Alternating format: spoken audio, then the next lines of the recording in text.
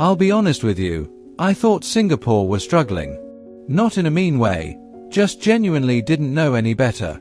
Back in the UK, nobody really talks about Singapore except maybe as a stopover city on the way to Australia. If it came up at all, it was lumped in with this vague idea of Asia that wasn't Japan or South Korea, which in my mind meant still developing, still figuring things out. I had zero context, zero real information, just this assumption that small countries in Southeast Asia were probably a bit behind the West. Then I moved here for work, and within about 72 hours, every single assumption I'd carried with me just completely shattered.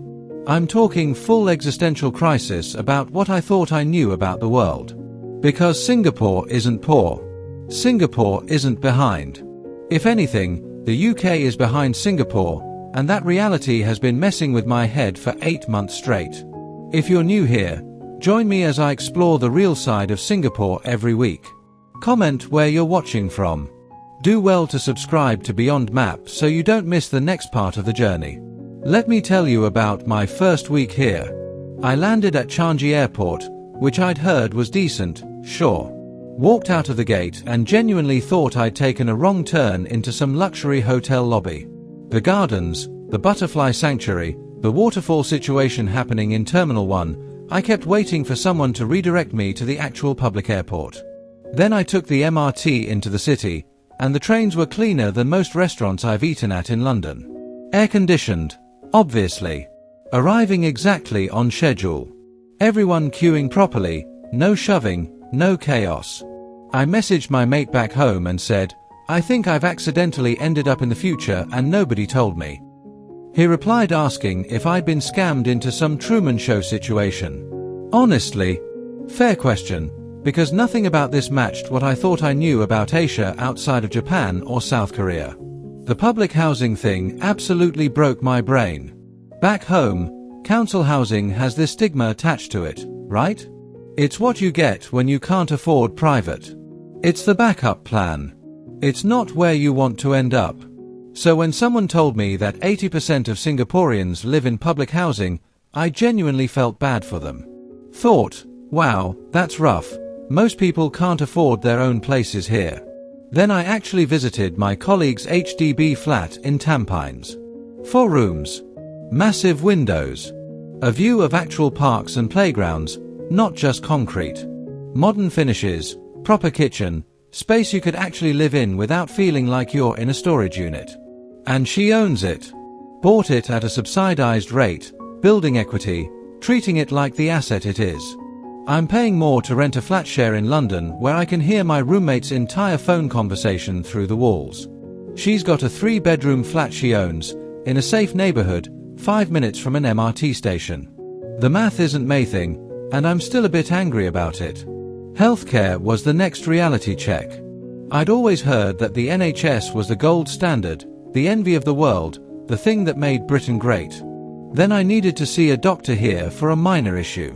Booked an appointment at a polyclinic, got seen within the week, paid something like 30 Singapore dollars after subsidies, walked out with a prescription and actual answers. No 3-month wait. No being told to just take paracetamol and hope for the best.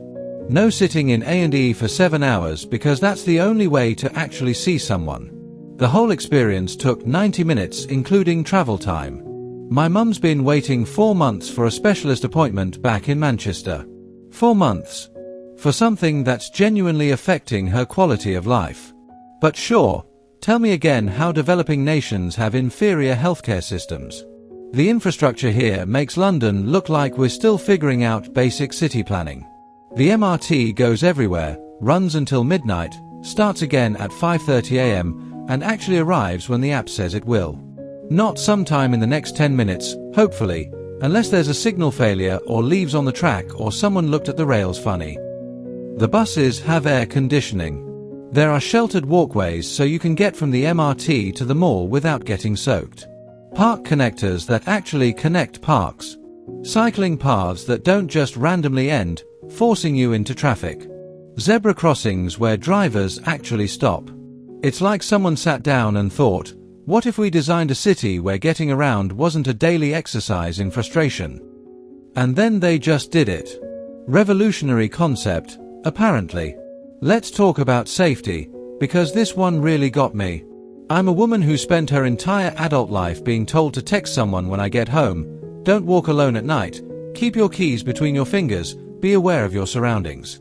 That's just normal safety advice in London, right? Here, I regularly walk home from dinner at 11 p.m, headphones in, not a care in the world. My phone's out because I'm texting, not because I'm pretending to be on a call to ward off creeps. I left my laptop at a hawker center table while I went to order food, came back 10 minutes later, and it was exactly where I left it. Nobody had touched it. Nobody had even looked at it funny. In London, that laptop would have been gone before I made it to the counter. I mentioned this to a local friend and she just shrugged like, yeah, that's normal here. Normal. It's normal to feel safe. What a concept. The efficiency of everything is honestly unsettling at first. Government services actually work. You can renew documents online, and the website doesn't crash. You can report issues through an app, and someone actually responds. The postal system delivers packages when they say they will. Banks process things quickly. When the government says they'll implement something, they actually do it, on schedule, usually under budget. I keep waiting for the other shoe to drop, for the system to reveal its dysfunction, because that's what I'm used to. Back home, you just accept that dealing with any official body means hours on hold, conflicting information, and probably having to go to a physical office where they'll tell you you've got the wrong form. Here, things just work. It's so efficient it's almost boring, which is the wildest complaint to have about a government. The education system is another thing nobody prepared me for. I'd heard Asian education was strict, exam-focused, high pressure. What I didn't know was that Singapore consistently ranks at the top of global education rankings. Not just in Asia. Globally. Their 15-year-olds are outperforming kids from pretty much every Western country in maths, science, and reading. And yeah, there's pressure, locals will tell you about the stress, but the results are undeniable. Meanwhile, back home, we're celebrating when our students manage to meet basic literacy standards. I'm not saying the Singapore system is perfect, but when you look at the outcomes, at the investment in teachers, at the facilities in public schools here, it makes you wonder what we're actually doing with our education budget in the UK. Food is where the poor country myth really falls apart, because the variety and quality you get here for the price is absolutely insane. I can get a full meal at a hawker centre for 5 to 8 Singapore dollars. That's like £3 for actual food. Freshly cooked. Not a sad meal deal from Tesco. Not a questionable kebab at 2 a.m. Real food, with real flavours, made by someone who's been perfecting their recipe for 20 years. You want Indian, Chinese, Malay, Indonesian, Japanese, Korean, Western. It's all here, it's all accessible, and it's not priced like some exotic luxury. In London, ethnic food is either expensive or questionable quality. Here, it's just Tuesday lunch. The fact that I can eat better food for less money in one of the world's most expensive cities than I could in supposedly affordable Britain is something I'm still processing. The tech adoption here makes the UK look like we're living in the 1990s. Everyone uses digital payments. Not just young people, everyone. Aunties at the wet market have Pay Now. Hawker stalls take mobile payments. There's actual competition between payment systems, driving innovation. Meanwhile, half the shops back home still look at you funny if you try to tap your card for anything under a £5. The government has a whole Smart Nation initiative that's actually implementing things, not just talking about them. Free Wi-Fi that actually works. Digital services that don't feel like punishment. It's like they looked at what technology could do and thought, let's actually use this to improve people's lives, instead of just creating another layer of bureaucracy. Here's what really gets me though.